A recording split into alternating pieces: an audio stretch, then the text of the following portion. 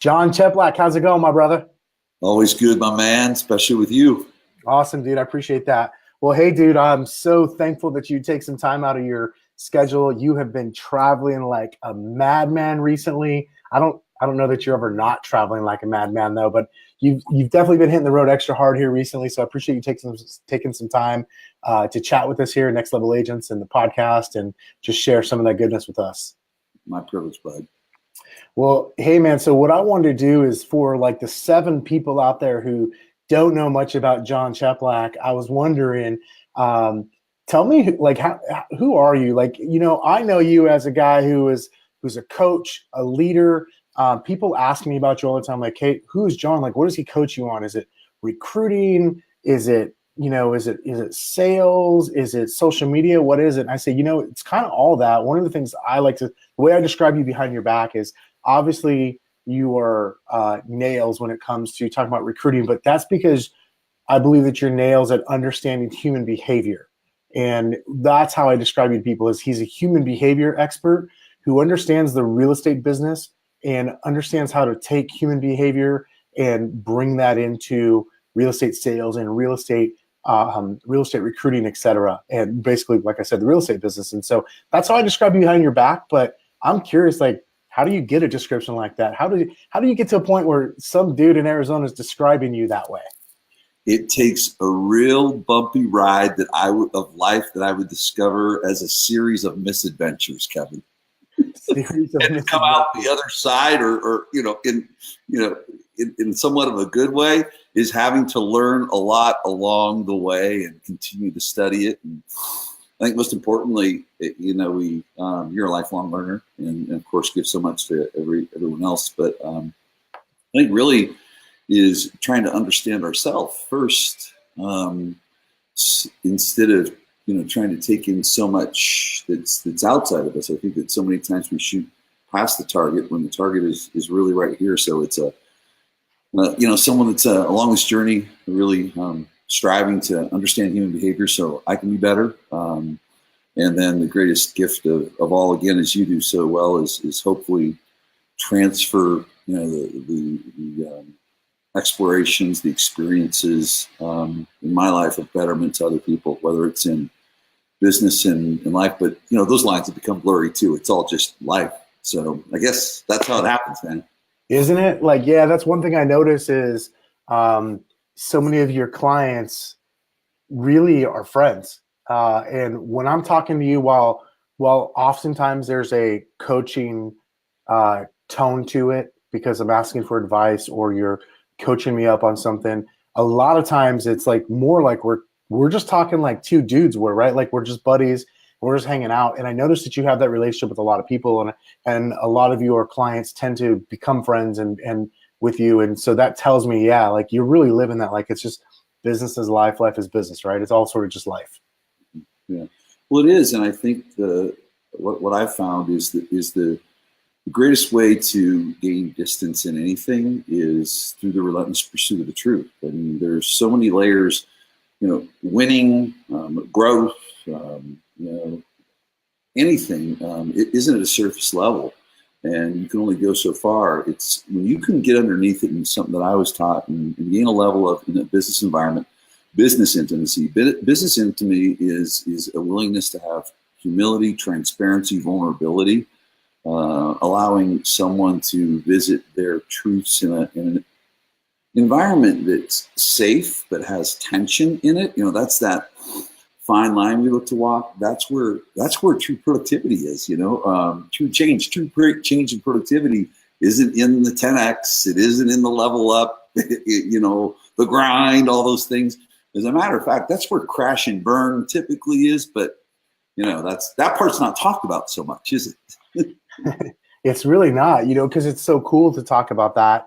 I always say like it's the, I don't know if it was Gary Vaynerchuk or what, but somehow becoming an entrepreneur got cool, and then working like 24/7 got cool. And one of the things, if I could, like that instantly attracted me to you after you and I spoke the first time was like, I could tell you were so different from me and so different from some of the mentors and people I had taken advice from in the past that there was something there that I had to know more about. Like you're kind of out there. I think you know that. Like someone made the joke, like it takes crystals and the vortex, Jon. And you like when I met you, I was like, man, he's a little woo. He's way out there for me, and I think I like that, and I need some more of that in my life. And maybe that's why we connected so fast. But I love that you are a guy of like super sound business principles, and yet you're all about like the human condition and the way the human experience happens, right? And not many people can actually bring those things together. Yeah, it's really good. And it's where the change or growth took place for me back in 2000 when I went under Pru-Cal, Nevada, Texas as a GM. And my math tells me in 2000 I was 34 years old with a multi-state, multi-office organization. And so, number one, be careful what you wish for. I want this, and you get there, go, oh my God. and then the first thing my mentor said to me, he said, welcome to Prudential, California, Nevada, Texas Realty, where you are no longer in the real estate business. You actually never were. You're in the human resource, human development, human attraction, human behavior business. And you're taking on the toughest job on the planet. You think that leading agents is tough. Have fun leading leaders. If you get the human behavior part of this thing, you're going to do well. And that's what really started it off for me. Ironically, Kevin, you know, it's this, and here I am going out there a little bit, Lulu, is probably back in 97, 98, I really started looking at books that were outside of business. And so there's something missing here. And I got the science elements. I can go through the numbers with anyone. I can do a budget, a projection, or pro forma. I can, you know, take a vision and reverse engineer it back out and know the calculations of every move I've got to make along the way. But I just knew there was something more. And now as we fast forward and reflect on it, well, of course there is, because, you know, everything starts in the heart. You know, the heart chooses, the mind justifies. Yet if you look in business, people are so tilted on the logic, and maybe that's where grind does come in, because it is a grind if you start with the logic. And so I think it's been mentorship along the way that got me to see that. And then I stuck to it because I didn't have much choice, because that's where my mentor came from, who was my boss, who signed my check. And I trusted the process, and some pretty amazing things showed up in my results as an executive because A, someone transferred those skill sets to me. B, someone gave me the latitude to make mistakes in that journey. And then C, of course, I took the opportunity within that to learn from what worked and what didn't work. So I guess one of the things I've never asked you that I've thought about before, and so now I'm going to take the opportunity, is why come and coach and do what you're doing? Like you coach and pour into people from all brands, right? It doesn't matter. There's independents. There's all the franchises. Like the people I see in your room are from all different walks of real estate, right? And I know you also pour into people outside of our real estate world, but within the like, why isn't there a Jon Cheplak Real Estate, or why aren't you the CEO of whatever, you know, one of the bigger brands or something like that, taking that further? Was there something about, you know what, I want to come and I want to give back to people in my own way? Does it have to do with like that, what I perceive as a free spirit, and I really don't want a job because I'm going to travel and I'm going to do my thing too? Maybe some of the woo-woo stuff, I don't know. Like, what is it about that? Like, why aren't you running a huge organization versus like running and I say that knowing that you have an absolutely huge coaching and software business right now. So I don't want to make it sound like I'm diminishing that. However, like, that's a choice that someone has to make along the way.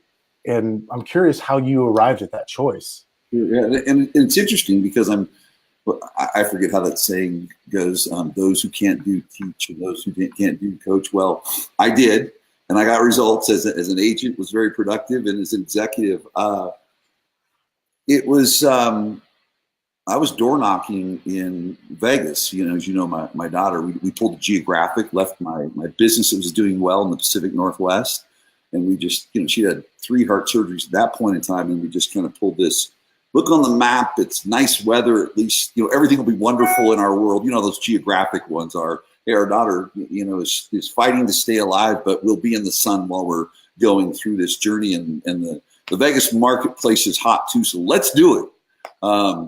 It wasn't the 110-degree weather in a full-blown suit and tie and wool slacks that I was door knocking in.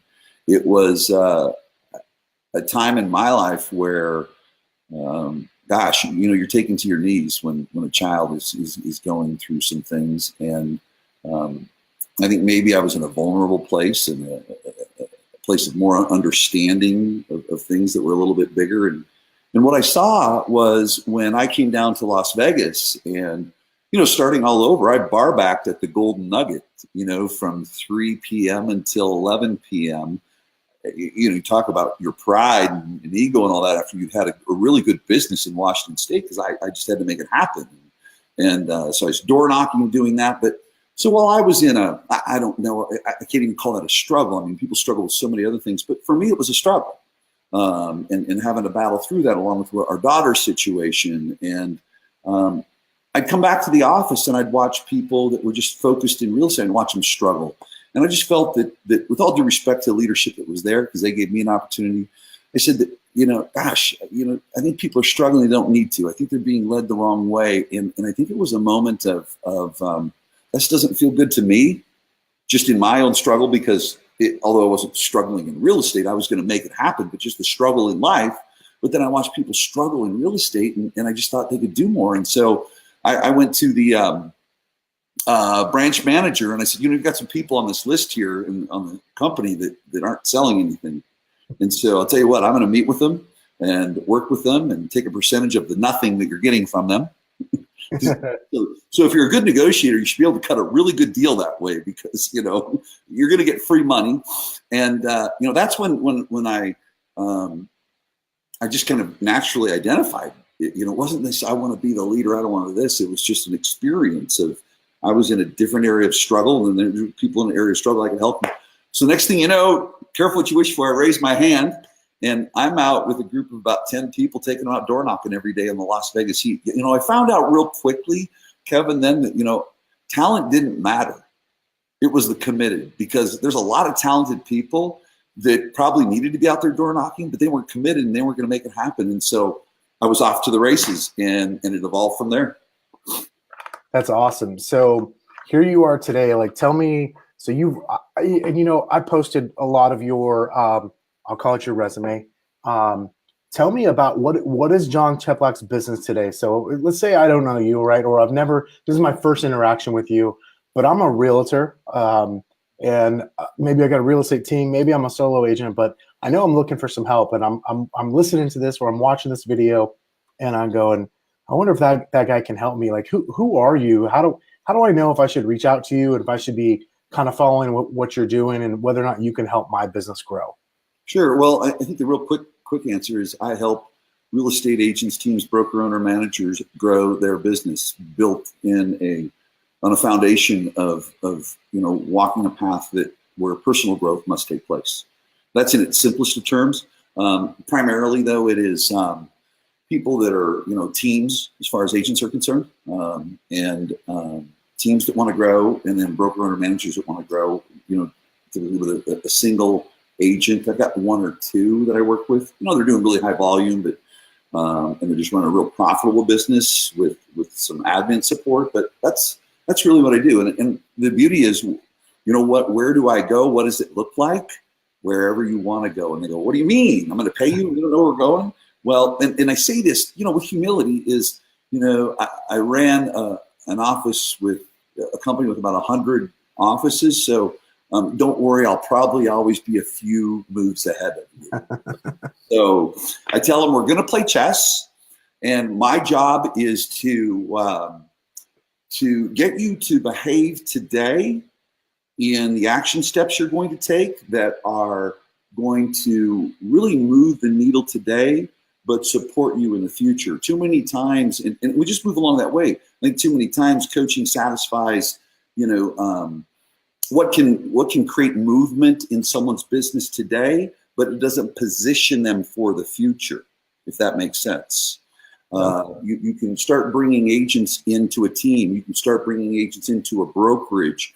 But what I have to do is I have to transform the way you lead those people more so in groups, which is a visionary style of leadership, instead of in family. Family style leadership is where, I can have the little conversations and check in every minute. Whereas when we start leading from a visionary perspective, we don't manage the people anymore. We manage, lead, and hold a context with the culture that manages the people. And, in its simplest terms, that's the work I do. Some people just need more help in different areas along that way, and I meet them where they're at. Awesome. So what do you think, in your experience, like what is the common, what's the word I'm looking for, like missing piece to that, knowing like, okay, so if leading the culture and leading the vision versus the family style leadership is the way to go, why is it that so many of us need that help? And why is it mostly, I don't want to say it's not available because that's a victim statement, but why does it not seem to be as prevalent in our industry? Sure. Well, and I'll give my commentary is we're shooting for the wrong target. Right now, most people that are looking to grow in 2019, they're trying to grow their business by adding transactions. Well, the challenge is you're focused on the wrong target. What I share with anyone that I work with is don't shoot for more transactions. What you've got to do is shoot for hiring more people and attracting more people in your organization that will do more transactions. The reason that takes place, though, is because if you look at, with all due respect to many coaches that are just fabulous, better than me, and it isn't a better than or not better than, but just different than me, is that's really the messaging. It's a lot of it's what sells. How do we sell more real estate? How do we get more leads? How do I become more of a ninja? And that's what's sexy. And so a lot of the messaging that runs through our industry that people are exposed to is really based transactionally. The other part too is that leadership, if you look at, I don't know what the percentages are, but I'm quite sure they're very, very high. You look at people that are leading a team today or leading a brokerage or opened a real estate company. They did go to a class on how to be a leader, right? And so it's not a part of native skill sets. That's not really done. And I don't want to say it's not really done. I just haven't really seen it where that has been an absolute space of obsessiveness with people, where that, I could talk to someone for a year and have no conversation about transactions, no conversations about their lead magnets, their funnels, their drip campaigns, their retarget. I could have no conversation with them about any of that and just purely focus on how they're going to lead those human beings. And I'll guarantee you, my group would outperform anyone that focused in that other area, because the bottom line is, I don't care how many leads you have. And we know this, Kevin, the greatest problem that people have is talk to productive people. Do they want more leads? No. How can I get my people to handle the business that we have? And so they're shooting for the wrong target. I just happen to know that bringing in a group of people that generate business is going to outperform generating more business. And okay. So stay obsessed. So there's somebody listening to this right now, John, that just said, no, but I do need more leads. Or my people do need more leads. Mm-hmm. And they literally can't wrap their head around the statement you just said about you don't need more leads. Tell me why is that true? Why do you, and I know it's true because you've seen the results, but why is that true? Well, and then we come back, which is really neat too. Now this comes back full circle. Is great. Now we get to go down the path of the relentless pursuit of the truth, which is very challenging for leaders because they deflect.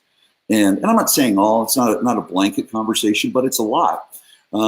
We don't inspect what we expect, because if we were to inspect what we expect and look at how many leads we do have, and we started to look in the database at how many and the time frame, the distance in time since the last time a number of them were even contacted, the proof is right there.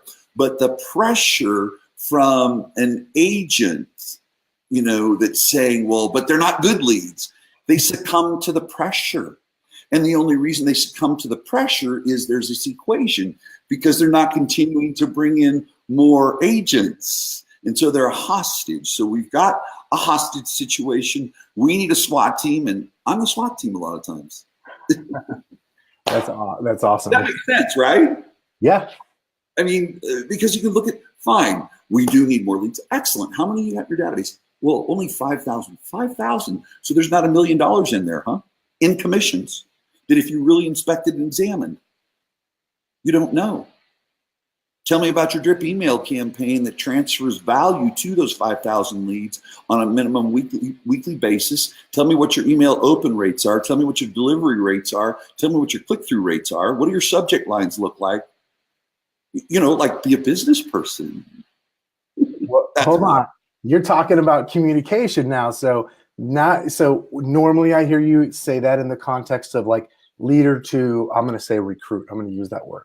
Sure. But you also just said that in the context of like real estate agent to consumer, to buyer or seller. So are you saying that we have the names and numbers, or the leads, if you will, and they're good, but what the missing piece is our communication to them? 100%. And it is the first part is this, and we talk about this all the time, which I love. I mean, there's many things I love about our friendship and business relationship, but we're always looking at it. It's that message to market match, period. That's the first thing. You can have the crappiest delivery mechanisms. You can have a broken website. You can have a broken funnel, everything broken.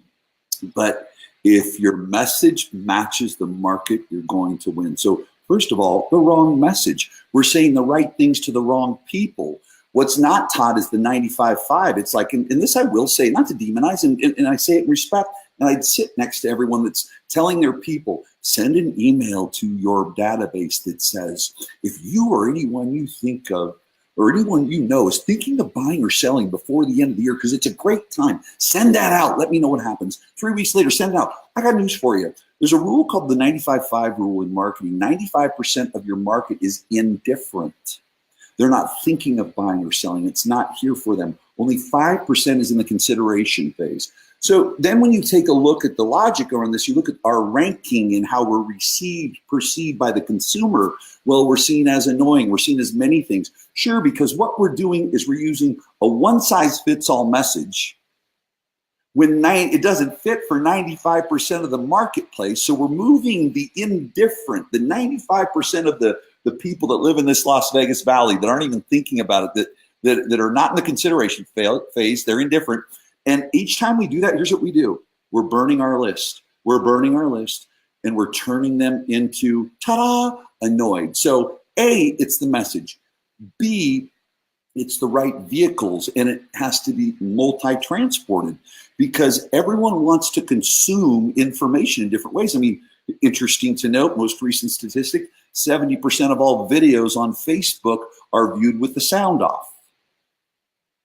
So tell me about your long copy that you have that gives a perception of value, that has a headline, that opens a loop of curiosity, that has proper spacing so there's white space to bring the eyes in. See, the consumer today is super sophisticated. The consumer today has very little time. You're in a 3-second decisioning type world of like maybe less than of whether I want to spend time in your content. So now it's the vehicles, and then, am I on social media? Am I using video? Am I understanding that the video alone isn't going to work? That moving head on the screen has huge psychological and emotional value. But then the content really matters. And then am I going to move that over to Instagram and use stories and put it on YouTube, and then take that same content and email it while everyone else is saying, oh, that's overkill? Well, I got news for you. You're competing with 30,000 messages a day. See, what we don't get in our industry is we think I'm competing with ABC Real Estate XYZ. No, you're not. You're competing against Amazon. You're competing against Chevy. You're competing against Starbucks.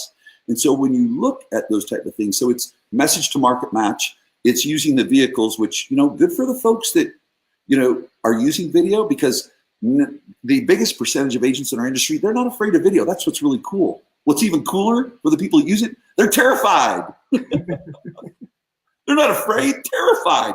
And Sure. so it's the right vehicle, the right message.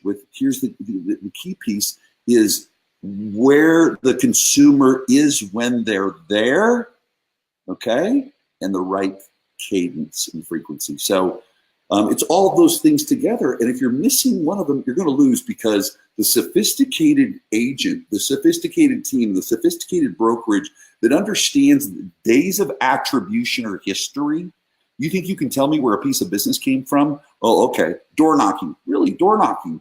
So are you doing videos in that area? I am. Oh, what are you targeting? Geographic. Oh, so they probably never saw one of your videos on Facebook, did they? Oh, baby. So you can't. So it's knowing that from an overarching space, we've got to be everywhere with the right message, good copy that meets the consumer where they're at. There's the problems. Wow. Okay. So he says, wow. Dude, mind blown, right? So right now, so you just mentioned like people are terrified of video, right? But more and more people are getting over it. Yes. But you just said there's another level here, which is the copy, or the description or whatever that goes with it. That matters too, because they're listening on mute. What? Sure. What? So there's a couple pieces to it, and it's the social rules of engagement. And the social rules, I had someone want to argue with me. You're trying to tell people how to, write copy and stuff on Facebook, and you don't have your stuff above the fold. I go, because it's not a website, dude. It's called social media. And let me help you out. As things go through the feed, see, I'm trying to get people's attention. I need people to stop the scroll and engage, right? And so part of copy is I've got to grab people's attention, right? Open the loop of curiosity, either asking a question that maps the one that keeps them up at night, or making a bold statement that is the conversation going on in their head. And then with that copy, even with the video going through, because you got to look at all of your ways to capture that attention. When copy's collapsed at the end, see more, whatever you've got to push to uncollapse it, it's called the open loop principle. And we as human beings want to close loops. Well, to close the loop, I need to click on it and then collapse it. So that's the difference in the social rules of engagement. So then you're doing that. The other piece then too is the natural, when there's no sound going, but a moving head. We like movement. We say this in the video space. Motion moves the masses. Motion moves the masses. You see people walk around videos. They do very, very well. Okay. So we've got the motion in our favor, but then what we have is this long copy, which gives a perception of value, which accommodates the person that would prefer just reading, or the person that likes to read with some motion in the background. So that's the critical part right there. Is those, every choice you make is based on the words you hear and you read. And then when we go a little bit further in science, I mean, we'd love to see them. We'd love to know that they were listening to it, but as long as they're reading some of it, because then you've got a couple different things too. It's the science of this. You've got iconic recall and echoic recall. Iconic recall is what enters the brain through the eyes. And so that will dissipate in the brain. So what we read dissipates in the brain in a second. That which enters the brain through the eyes and the ears, 6 seconds. So would you like to have a 600%, eyes, ears, video, would you like to have a 600% greater impact on the consumer than your competition does or not? So what you write is so critical. So critical, and you've seen it too. It's the game changer. Yeah, it really is a game changer, and I don't care who the message is to. If it's to a human being, then the copy, the writing matters so much. And as somebody who's always been I've always been very relationship based, but I'm also very also move very quick. Like I'm impatient, right? I've never spent so much time thinking about the word I want to use next as I have in the last 6 months or so, as we've really dug in on some stuff together. Even I found myself doing it even sometimes in emails, and sometimes I'll need to remind myself, like, dude, you're not writing copy right now. Just send the freaking email. Right? I've had to do that because I'm like, John's not gonna fucking proofread this email. Just send it. And so, but it's good though, right? That shows how important. Like, I absolutely believe what you're teaching about this, and have started to study this a whole lot more. But it's true. I've experienced it time and time again, and I've seen through other people's experiments, like your own, how important that copy is to the consumer to go along with the video. And I've known the power of video, but man, not until you really opened my eyes to it recently have I seen the power of copy and video together. Well, you personally took some copy at 10 p.m. one night in an environment, in an arena where you've been very focused in both your video and your copy, and said, I'm just going to take this copy and just go pure text. And at 5 a.m., I mean, in our relationship, business or friendship, we can text whenever. It doesn't matter, right? We're ridiculous that way. By 5 a.m., you're going, I've got lead number 5, appointment number 6. Oh, that's 7. And then we go on the thread in our private group and say, it's at 9 now. I'm going to stop boring you with counting. And that was copy that you put out there on at 10 p.m. at night in an activity that, looking to get appointments that takes hours upon hours to get one good appointment with someone. So you proved it personally. The copy without an image, without video. And at 10 p.m., I specifically on purpose did it at a crappy social time. Yes. Right? Like, that's not a good time to post. No, you're past. You're over the mountain, dude. Yeah. And boom, it blew up. I was like, okay, well, in case I needed some confirmation, there she is. But you said something to me at so you host some masterminds, and I've attended a few, and I'm attending more in the future, which I absolutely love. And you said something last time, and it had to do with oh my God, I'm completely losing my train of thought here. So you said something to the effect of, like, listen, if you were going to go give a public speech to 10,000 people, like, would you just wing it, or would you take some time prepping what you say to them? Yeah. And then you relay that versus like the drip email I'm going to send.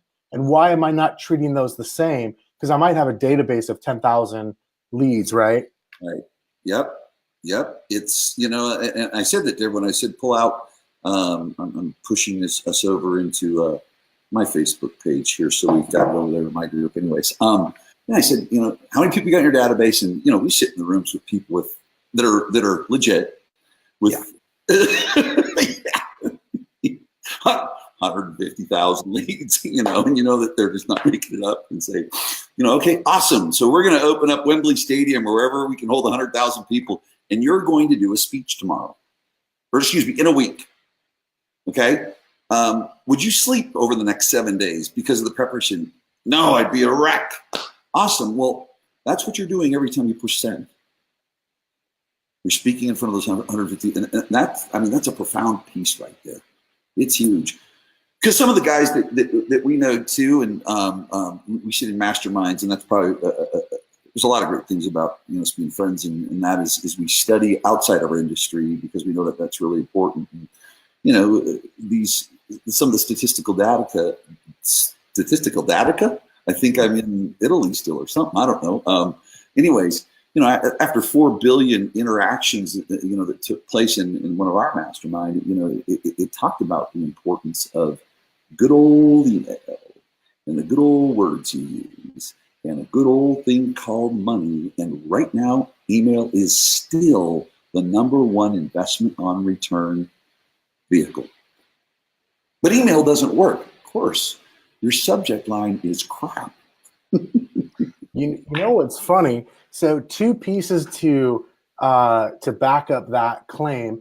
Minutes before you and I hopped on this, I was texting with somebody whose name I'm not going to use, but if I said it, everybody knows them and knows this person. And this person, we're talking about something, and they've got a few different vehicles in which their message gets out, and one of them is email. And wouldn't you know that by a mile, email is the number one, I'm going to say, thing that brings results, the result that we're all looking for at the end of the day, a sale, right?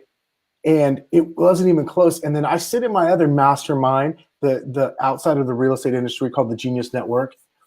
And I listen to these guys talk about, get this, direct mail, not email, direct mail, and how it's absolutely all about the copy, and how mail is every bit as alive and viable today as it ever was. Yet postcards don't work and emails don't work. Yes. Well, and you know what it is in any business, but in our industry, is there's a lot of vendors out there that are really good at selling you what they sell. So it misdirects. That's why you've got to inspect and examine. Tell me about your opted-in email list. Tell me what your email open rates are. And so in that space, unless you've really, really studied it, and I mean studying subject lines, studying not putting in the Dear John because you've killed it, because actually that's a subheader, you know, in an email, so that, you know, next time, for those of you that are listening, look at the emails that come through your cell phone, okay? And I want you to look at the headline first of all. The email is probably dead by then. If you look at them, you'll find some good ones. Study the stuff that you keep getting sent. And then what I want you to look at next is, what's the first line in the email? It shows that, Dear John, I just wanted to, dead. No, what you do is you open with your subject line, come with a subheader. You know, you've got two opportunities, for lack of better words, to hook them into reading your content. That's the first part. A guru, huge financial services, number one in email marketing, 70% of their emails, they spend tons. Anyone in online marketing knows, tons of money on marketing. 70% of their emails have an emoji in the front of the subject line. And but that would be stupid, wouldn't it? Because I'm a yeah butter, and I went to a yeah but, and I went to, instead of a where we go, really? Tell me how. Let me, and this is, you know, one of the tips I give to everyone. I said it on Friday at the mastermind. Listen, I'm going to tell you a lot of things, but do the minimum. Question everything I tell you by testing it. Question it by testing it. Emulate, then innovate. We tend to get something from someone that's done it or is associated with people, working people doing it, saying, that sounds good, but I'm going to put my twist on it. Well, they didn't tell you to put your twist on it. That word, you brought that word up a couple months ago, innovate, right? And you brought it up a few times. And dude, I hadn't thought about it before you said it, but if you don't mind sharing with us, like, what does that mean to you? And what I mean when I say that, I mean in the context of our industry, in which we hear it so often, is how innovative this person is, or that person is, or this team is, or this company is. But tell me about innovative. When you hear that word, what do you think? Avoidance. It's pure avoidance. I'm an innovator. You are, really? Okay, well, let me ask. Yes, I'm doing this and doing that. Awesome. So let's do a little examination here. Let's inspect. So how can you be an innovator when you do not even have an email initiative that has high-level open rates, high-level click-through rates, that is giving you a return? Well, because email doesn't work. Oh, okay. So innovation means you just try a bunch of shit. It doesn't mean that you take something like email that's a dinosaur, that's from way back in the Stone Ages, and actually master it. So my opinion of an innovator is someone that sees something, kind of like video. I'm a video innovator. Really? Yeah, I got one that had 10,000 views. Awesome. Right. And so you are using video on a weekly basis to communicate with your clients. Well, you know, here and there, but I'm doing this now. So, you know, I'd say this, if, you know, when people play, don't be intimidated. Here's what I want to say to people, you know, whatever levels is, you know, you hear people talk about it. don't be, I'm an innovator. I mean, the ones that act it the most are doing it the least, because if you really had them open their kimono, okay, you open their kimono and you said, show me your email open rates. Well, I sent one 12 days ago. You did, good. How about before that? About 15. What were your open rates? I don't know. You know, so yeah, long answer to your, I love that one, because people talk about innovation. They've done 37 videos, whoop-de-doo, you know, and they've send emails that don't get open rates, and they try this and they try that, but they're doing a whole lot of nothing. I love it, man. It's so true. You know, I had a mentor tell me one time, like, all that innovative stuff you guys are doing, that's all shit you guys have made up to avoid calling people. Because it's avoiding the basics. It's avoiding the foundation of, which is everything we've talked about for the last like 45 minutes, communication with our prospect, whether that is a real estate agent or buyer or seller, it doesn't matter, potential, whoever your customer is, right? It's communication with that person in so many different forms. Yep, absolutely. Multi-channel, I think, is the technical, innovative word for that. Multi-platform, omnipresent, and just hope something good happens, right? Yep. So, okay, so we've only got a little bit of time left, and what I want to do is talk about the real estate agent in 2019. Like, what does the real estate agent have to do to survive? Like, in summary, not just survive, but to thrive in 2019. What are the things I've got to do as a realtor to make sure that I don't just still exist at the end of 2019, but like my business is growing? Mm-hmm. Like, what are the top 2 or 3 things? Sure. I'll keep it kind of general. Is you need to be, I'll just give it 2. You need to be a constant creator of content, and either be a technologist or have badass technologists around you that you are pushing the envelope on constantly to continually create moments. We are in the moment creation business. People talk about funnels, and they talk about, lead gen, all these.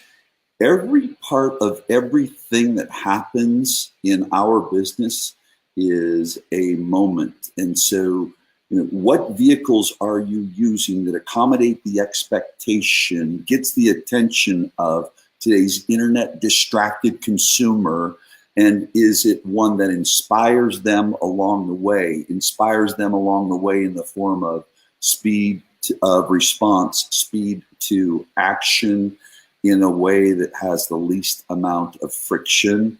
I think that the part of that too is the amount of messaging that we're continuing to get hit with is going to be even greater. And so you better be everywhere all the time, and you can be. You can be everywhere all the time. It's not overkill. There's no such thing as spam. People think spam is how much you contact people, and let me go spam general. You post too much spam, you email too much spam. No, it's not a frequency issue. It's the crappiness of your message issue. So don't hold back. Constant content, creative content, and be a doggone technologist, or have them around you, and be an epic copywriter. Dude, that's solid. I love that about the message about spam. Like, I want to just retouch on that for a second. It's really not. It's not about frequency. It's about the value. Are you providing value to the consumer of that content, right? Yes. Yeah. You've seen it real quickly. You've seen me show it many times. That one database of from my software, 7,400 person database. In 30 days, we hit them 10 times, and the email open rates never drop below 45%, because we had a message to market match. You emailed a group 10 times in 30 days. Let that sink in. With 45% open rate, which is ridiculous. And a 7,000 person database. 7,000. So not 70, where, 70 people, you better get 80%. 7,000 people emailed. And we hit them every 3 days. Some days we screwed up in our cadence and hit the, I don't know, technology breaks. Like, there were times where we hit them every other day. be like, oops, oh no, it went out, because we were watching this and we were testing it, and it gave us the foundation. This was, gosh, 2 years ago, 3 years ago. And now we test it. We climb up. We'll start every 7 days. And when I can get up in the 50 percentile, then what I'll do is have my client move to twice a week. And then if we can stay in the high 40s in that, then we'll move to 3 times a week. If I can stay at 40, I'll exchange a 40% email open rate if I can hit an audience 3 times a week. And I got news for you. My clients got top of mind awareness. Yep. I was going to say, you might get a couple opt-outs, but for the most part, you've got a very captive audience and they're listening to your message. And so you're now gaining their mind share by doing that. Yeah. And here's the beauty that I want everyone to get, Kevin, is this. I think, don't just look at the open rate. It's watch the digital body language. People, I post a lot. Listen, there's a method to every bit of madness of every post I do. I'm watching the digital body language. And the more that you put out there to see, as a marketer, you never know what's going to, I don't care. We don't know what's going to work. We'll work on something together. We push it out there. We don't know. But here's what we do know. We know we're going to get feedback that's going to help us really galvanize and crystallize that message. And that's all we're constantly doing. So the more you can put it out there and gain feedback, the greater end result you're going to have with all of your marketing pieces and your message. That's solid, man. I love that. So there's so much more. I want to be respectful of not only your time, but mine as well. But before we go, I want to ask you a quick question that I ask everybody, and then leave one more question after that. But top 3 things for kicking more ass in life in general. So, Jon, I'm coming to you. I'm me, doesn't matter, whoever, but I'm talking in general. What are Jon's top 3 pieces of advice to anybody who's listening to this right now? Just have a better life, perform better, get better results, life, business, whatever that thing is that they want better results in. Sure. Put your health and fitness first, A. Okay. B, operate from a truly abundant spirit. And you may say that you are. Well, here's what I test you with, because I watch it all the time. It's real easy to be on the receiving end of abundance. You'll know whether you're abundant when you're put in the other side, when you're asked to be to give out what you have and not be worried about what other people do. And it's real easy for me to say that because I personally coach coaches that are in the same audiences as me, that are in my private Facebook groups amongst my key clients. Okay, so it'd be like real estate agents having other agents amongst their database, pretty much. Yeah. Okay? And the third piece is this: mind your own business. And let me tell you what I mean by that. Michael Jordan never worried about what anyone else was doing. And if you look at that element, it takes 10 times the energy to think about what someone else is doing as it does to focus on mastering you. I hear people talk about investing money to research other businesses and companies. I need to know what they're doing. Forget about what your competition is doing. But that's stupid, because you'll end up getting swept up, and you're not watching what they're doing. They'll pass you up. Your competition doesn't matter. Your audience does. Mind your own business with the competition. Pay all the attention to your consumer, and you'll never think twice about them. And you'll preserve your energy. People say, oh, you don't sleep that much. I don't have to, because I don't get occupied in energy that takes 10 times as much. I understand the brain requires more energy, more calories than any other part of the body. And the energy required to focus on things outside of us that scare us, that concern us, versus something that excites us. See, competition scares people. It doesn't scare me because I'm not paying attention. Focusing on the consumer excites me, and I have no fear, because if I meet them, the market can't pass me up. Stop trying to look at what your competition is doing. Mind your own business and take care of your business, because your business is you, and your business is your audience, your client. Meet them where they're at. Damn, that's solid. All I can think of right now is I can't wait till this episode comes out on audio so I can listen to it as a third party and take notes. That was solid, Jon. Thank you so much where's the best way for us to keep up with you? So a lot of us here inside of Next Level Agents are obviously we could see your Facebook page, but what's the best way for me to catch up with you if I'm not already connected to you? Sure, cheplacklive.com is the best place to find me. And certainly, again, I'm active on social, and believe me, I'm the guy posting all the time. And I might even post more. No, I'm just kidding. I'm not. Cheplacklive.com. And hope to interact with as many people as I possibly can.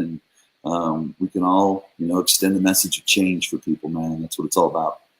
Awesome, man. I really appreciate that, Jon. I appreciate all you do. One of the things that I don't want to say you taught me, but you definitely reinforced for me, as well as reminded me and brought more of it out for me, is understanding how to invoke the law of reciprocity. And I've always thought of myself as a giver, and then you challenged me to give even more on stuff that I hadn't made a conscious decision not to give. I just wasn't giving it. And you challenged me on that, and it totally has shifted and changed things in my life and in my business in the last year. And I'm so thankful and grateful to you for that. And so for anybody listening, I just want to say, Jon's never going to sell. He doesn't sell, and so I'm not going to sell for him, but I am going to say follow him, watch him. If you like what you see, definitely sign up. You were a speaker at Next Level Agents Live 2018. I've heard a rumor like there could be a repeat performance, but I can't confirm or deny any of that right now.